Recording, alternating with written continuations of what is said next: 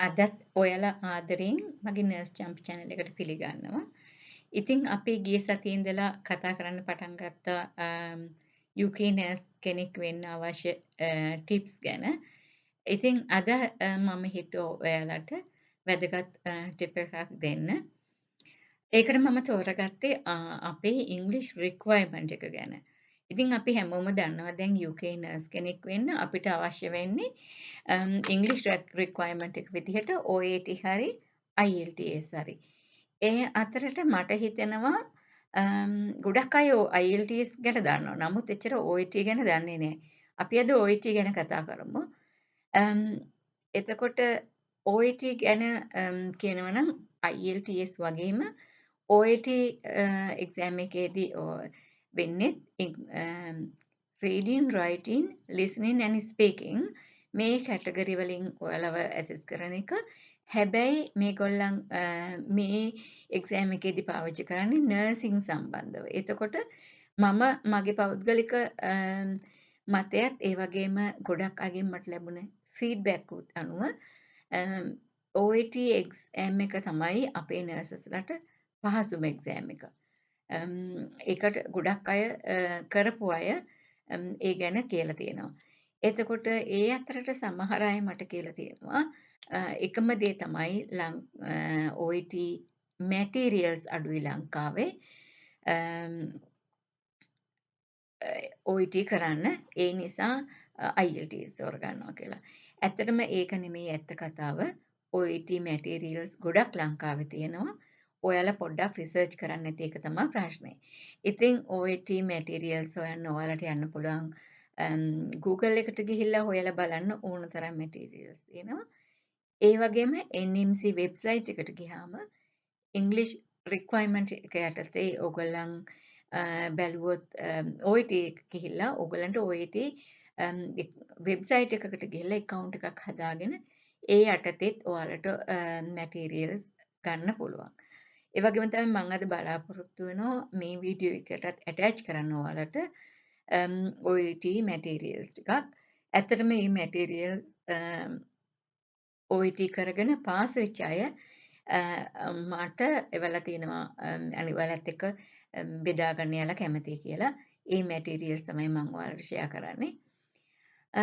ඊට අමතරව ගොඩක් අයටම හිතෙන එක තමයි OET එකට වැඩිපුර මුදලක් වැය වෙනවා IELTS වලට වැඩිය කියලා. එතකොට OET මැටීරියල් එක්සෑම් එකට මම දන්න තරමට වැය වෙන්නේ ලක්ෂ 1.5ක් විතර තමයි. ඉතින් ලක්ෂ 1.5ක් 2ක් එක්සෑම් එක කරලා ඔයාලට එකපාර පාස් වෙන්න බැරි වුණොත් ඔයාලට තව පාරක් කරන්න වෙනවා. අනිවාර්යෙන් ඔයාලට මම දන්නවා අපේ නර්සස්ලා ගොඩක් බුද්ධිමත් අය. ඔයාලට අනිවාර්යෙන් පළවෙනි පාර නැත්නම් දෙවෙනි පාර අනිවාර්යෙන් පාස් වෙන්න පුළුවන්. එතකොට ඔය විදිහට ඔය උපරිම ලක්ෂ 3 වියදම් කරන්න අකමැති අපේ ගොඩක් නර්සස්ලා අපි දන්නවා වෙනත් මාර්ගවලින් ලක්ෂ 50 60 70 වියදම් කරලා UK එනවා. මං අහලා තියෙන විදිහට මට ඒගොල්ලන් ගැන දැනගන්න හම්බුනේ ඒගොල්ලන්ගේ බලාපොරොත්තුව UK ඇවිල්ලා ඉංග්‍රීසි දියුණු කරගෙන ආපහු OET හරි IELTS හරි කරලා NMC රෙජිස්ටර් එක ගන්න බලාපොරොත්තු වෙන්නේ. ඔතන අපි හැමෝම නොදන්න කතා නොකරන දෙයක් තියෙනවා. ඒ ගැන කතා කරොත් අපි දන්නවා දැන් UK අපි හරි මාර්ගෙන් නැතුව වෙනත් ක්‍රම වලින් එන අය ඉන්නේ acute care setting එකකට නෙවෙයි. එතකොට ඒ අය එන UK වලට ආපු දවසේ ඉඳලා දවස ගානේ acute care setting එක ගැප් එකක් හදා ගන්නවා. එතකොට ඒකේ බලපෑම වෙන්නේ කොහොමද ඒගොල්ලන්ට? ඔයාලා දන්නවා මම ඔයාලට කලින් වීඩියෝ වලදී කිව්වා ඕගොල්ලන් UK NHS එකකට ජොයින් වෙනකොට ඔයාලට ඔයාලගේ දැන් තියෙන එක්ස්පීරියන්ස් එක ලංකාවේ එක්ස්පීරියන්ස් එක තියෙන අවුරුදු 10ද 15ද ඒ එක්ස්පීරියන්ස් එකත් එක්ක තමයි ඔයාලගේ මෙහි පේ ස්කේල් එක හදන්නේ ඔයාලා හරි මාර්ගේ ඇවිල්ලා නර්ස් කෙනෙක් වුණාම. එතකොට ඔයාලා ගැප් එකක් හදාගෙන වෙන ක්‍රමවලින් ඇවිල්ලා ගැප් එකක් හදාගෙන ආපහු UK රෙජිස්ට්‍රේෂන් ගන්න ගියපු වෙලාවක ඔයාලට ජොයින් වෙන්න වෙන්නේ with zero experience because ඔයගොල්ලන්ට නැහැ acute setting වල experience එක. මොකද ඔයගොල්ලන් ගැප් එකක් හදාගෙන ගැප් එකක අවුරුද්දක් කියන්නේ ලොකු කාලයක්. එතකොට ඒක UK රෙජිස්ට්‍රේෂන් වලදී ඔයාලට බලපානවා. ඒක ඔයාලට දැනගන්න කියන්නේ මම මේ කාටවත් පාරවල් වහන්න හදනව නෙමෙයි. ඔයාලා නොදන්නවා නම් ඒ ගැන හිතන්න හේතුවක් තමයි මම මේ ඔයාලට කියන්නේ. එතකොට අනිත් අයට අනිත් දේ මම අපේ UK නර්සස්ලට කියන්න ඕනේ. ඕගොල්ලන් sorry not UK nurses Sri Lankan nurses මම ඔයාලට කියන්න ඕනේ දැන් ඔයාලා OET එක ගැන නිකම්ම දන්නේ නැති නිසායි ඔය කියන්නේ ඒක අමාරුයි කියලා. අපි දන්නවනේ අපි අර කියමනක් තියෙන්නේ වතුරට බහිනකම් අපි ඒකේ කොච්චර ගැඹුරුද කියලා දන්නේ නැහැ කියලා. ඒ වගේ තමයි. OET මැටීරියල්ස් ටිකක් ස්ටඩි කරලා පේපර් එකක් දෙකක් කරලා බලන්න. එතකොට ඔයාලට තේරෙයි ඒක ඔයාලා හිතපු තරම් අමාරු නෑ කියලා. ඒ නිසා හොයන්නේ බලන්නේ නැතුව නිකම්ම තීරණය කරන්න එපා ඒක අමාරුයි කියලා. අපේ ලොකුම වැරද්ද තමයි අපි අපේ මයින්ඩ්සෙට් එක අපි හදාගන්නේ නැහැ can do මයින්ඩ්සෙට් එකට. අපි පුරුදු වෙලා ඉන්නේ නෑ බෑ කියන තැනට. ඉතින් අපි නෑ බෑ කිය උත්සාහ කරන්නේ නැතුව හිටියොත් අපිට හැමදාම නෑ හැමදාම බෑ තමයි. ඒ නිසා ඔයාලගේ දරුවන් ගැන අගතයට ඔයගොල්ලන්ගේ බලාපොරොත්තු වෙන ඩ්‍රීම් එකට යන්න නම් ඔයාලා අනිවාර්යෙන් මට පුළුවන් කියන මයින්ඩ්සෙට් එක හදාගෙන මේක අනිවාර්යයෙන් මේ ඉංග්‍රීසි රික්වයර්මන්ට් එක ෆුල්ෆිල් කරන්න ඕනේ. එහෙම වුණොත් මම ඔයාලට පොරොන්දු වුණා වගේ මම කිව්වා ඔයාලා හරියට ඉංග්‍රීසි රික්වයර්මන්ට් හදාගෙන NNC රෙජිස්ට්‍රේෂන් එක පටන් අරගෙන මට කියන්න. එතකොට ඔයාලට ජොබ් එකක් හොයාගන්න එක කිසිම ප්‍රශ්නයක් නෑ. 7-5ක්වත් වේදන් වෙන්නේ නැතුව ඒකට උදව් කරන්න පුළුවන්.